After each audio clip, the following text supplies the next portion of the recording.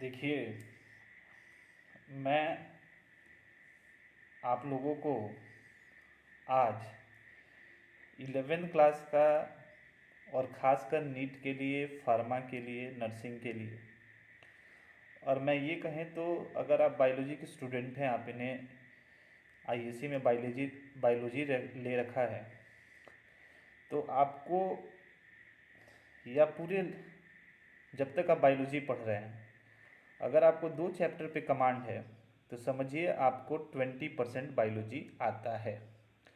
और ये दोनों चैप्टर ऐसा है कि 11th और 12th पूरा मिला दें तो इकोलॉजी को छोड़ के ये चैप्टर्स लगभग हर जगह मिलेंगे। इनका इस्तेमाल हर चैप्टर्स में होगा। तो ये 2 चैप्टर्स हैं, और इसमें जो पहला चैप्टर, उस चैप्टर का नाम है सेल, और दूसरा चैप्टर का नाम है जेनेटिक्स। जेनेटिक्स को हम 2 वे में पढ़ते हैं, एक को क्लासिकल जेनेटिक्स जिसमें मेंडल्स के बारे में पढ़ते हैं, और दूसरा हम पढ़ते हैं मॉलिक्यूलर जेनेटिक्स। तो आज हम आप लोगों को सेल पढ़ाने जा रहे हैं। ये चैप्टर 11th का मोस्ट इम्पॉर्टेंट चैप्टर है, और इस चैप्टर से नियर अबाउट 7 से 8 क्वेश्चन हर कंपटीशन में पूछते हैं। तो इस चैप्टर की शुरुआत करने से पहले आप एक बात जान लें कि ये आपके लिए बहुत ही इम्पोर्टेंट चैप्टर है।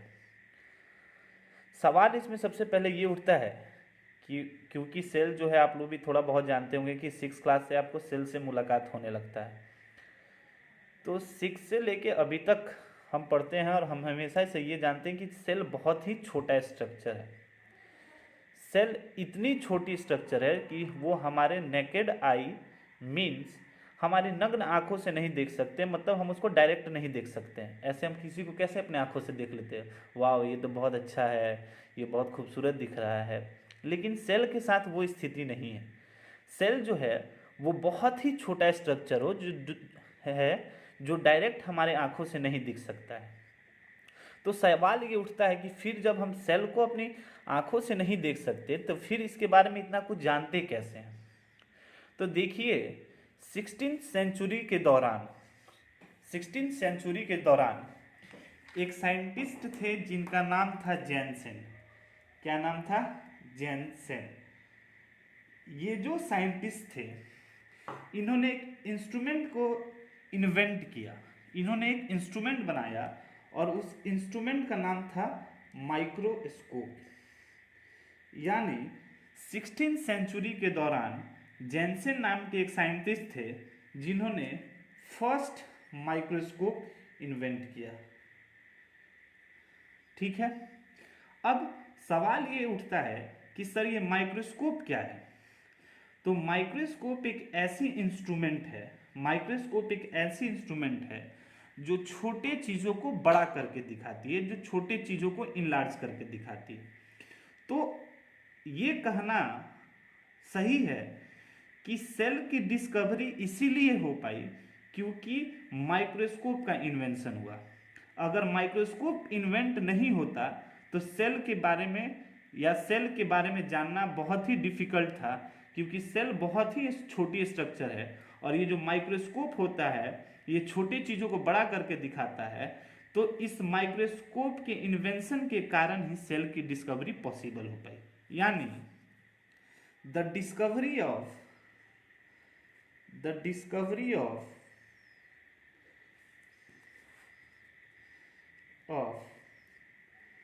Cell is possible due to invention of microscope and first microscope discovered by Janssen. यानी ये बात तय है कि सेल की डिस्कवरी इसीलिए हो पाई क्योंकि माइक्रोस्कोप का इन्वेंशन हुआ था। अब क्या होता है कि 16th सेंचुरी के आसपास इस माइक्रोस्कोप का डिस्कवरी हुआ था। उसके बाद क्या हुआ कि पूरे साइंटिफिक वर्ल्ड में ये चर्चा होने लगी कि एक ऐसी इंस्ट्रूमेंट का इन्वेंशन हुआ है जो छोटी चीज़ों को बड़ा करके दिखाता है। उसके बाद से एक साइंटिस्ट थे जिनका नाम था रॉबर्ट हुक। क्या नाम था? Robert Hooke. रॉबर्ट हुक ने क्या किया कि उन्होंने इस माइक्रोस्कोप का इस्तेमाल करना स्टार्ट किया। जब रॉबर्ट हुक इस माइक्रोस्कोप के साथ काम कर रहे थे तो इनको बड़ा इंटरेस्टिंग लगता था। जैसे अगर आजकल आपको एक नया फ़ोन खरीद के दे दिया जाए तो आप पूरे दिन उसको छेड़छाड़ करते हो, उसके फीचर्स को देखते हो। या याद करिए छोटे में आपके इंस्ट्रूमेंट बॉक्स में जब आपको लेंस मिल जाया करता था, आप पूरे दिन उससे पेपर जलाने का कोशिश करते थे। तो वैसे ही रॉबर्ट हुक को अपने माइक्रोस्कोप के अंदर किसी भी चीज़ को डाल के जब वो बड़ा हो जाता था तो उनको देखने में अच्छा लगता था। रॉबर्ट हुक ने क्या किया कि अपने माइक्रोस्कोप के अंदर इन्होंने कॉर्क टिश्यू को देखा। किसको देखा? कॉर्क टिश्यू को देखा। ये जो कॉर्क टिश्यू है एक्चुअली में ये एक प्लांट टिश्यू है। क्या है? प्लांट टिश्यू है। जब रॉबर्ट हुक ने इस कॉर्क टिश्यू को एक्चुअली में जो कि क्या है प्लांट टिश्यू है को अपने माइक्रोस्कोप के अंदर देखा तो उनको ऐसा पॉलीगोनल स्ट्रक्चर दिखाई दिया। अब सवाल ये उठता है कि सर पॉलीगोनल स्ट्रक्चर किसको कहते हैं?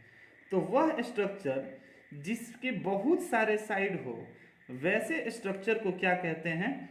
पॉलीगोनल स्ट्रक्चर कहते हैं।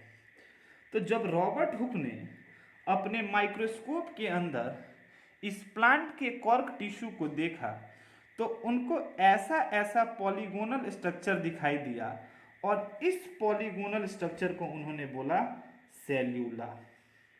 क्या बोला? सेल्यूला। अब ये जो सेल्यूला है यह है it is a Latin word. कैसा वर्ड है ये? लैटिन वर्ड है। Whose English meaning is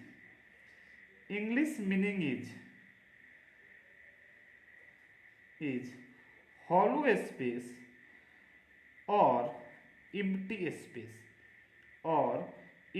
space।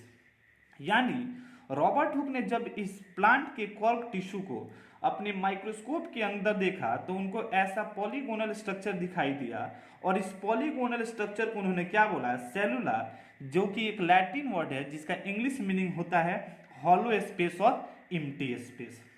यहाँ पे एक सवाल यह उठता है कि सर ये जो वर्ड है सेलुला क्या इसी से सेल आया? एग्जैक्टली जो वर्ड सेल है इसी सेलुला से आया। तो जो सर सेल होता है उसके अंदर तो बहुत सारे चीज प्रेजेंट रहते हैं, तो फिर रॉबर्ट हुक को ये हॉलो क्यों दिखाई दिया? तो रॉबर्ट हुक को ये हॉलो इसलिए दिखाई दिया क्योंकि इसके अंदर का लिविंग लिक्विड एब्सेंट था और उस लिविंग लिक्विड को हम लोग क्या बोलते हैं? प्रोटोप्लाज्म। तो यहाँ पे लिखेंगे कि it is hollow because due to absence of protoplasm. इसमें किसका एब्सेंस था? प्रोटोप्लाज्म का एब्सेंस था। अब क्या होता है कि ये रॉबर्ट हुक जो हैं अपने सारे ऑब्जर्वेशंस को इन्होंने माइक्रोस्कोप के अंदर जब कॉर्क टिश्यू को देखा तो कॉर्क टिश्यू को देखने के दरमियान इनको क्या क्या दिखा, इस सारे ऑब्जर्वेशन को उन्होंने एक बुक में पब्लिश कराया और उस बुक का क्या नाम था? माइक्रोग्राफिया। उस बुक का नाम क्या था? माइक्रोग्राफिया। और ये सारा चीज को उन्होंने पब्लिश कराया 1665 में। किस सन में कराया? 1665 में। और इसी के कारण रॉबर्ट हुक को बोलते हैं फादर ऑफ साइटोलॉजी। क्या बोलते हैं? Father of cytology. किसको बोलते हैं? तो रॉबर्ट हुक को बोलते हैं। रॉबर्ट हुक को क्या बोलते हैं? Father of cytology. इसके बाद क्या होता है कि एक साइंटिस्ट आते हैं, उस साइंटिस्ट का नाम है एंटोनियो वॉन लीवेनहॉफ।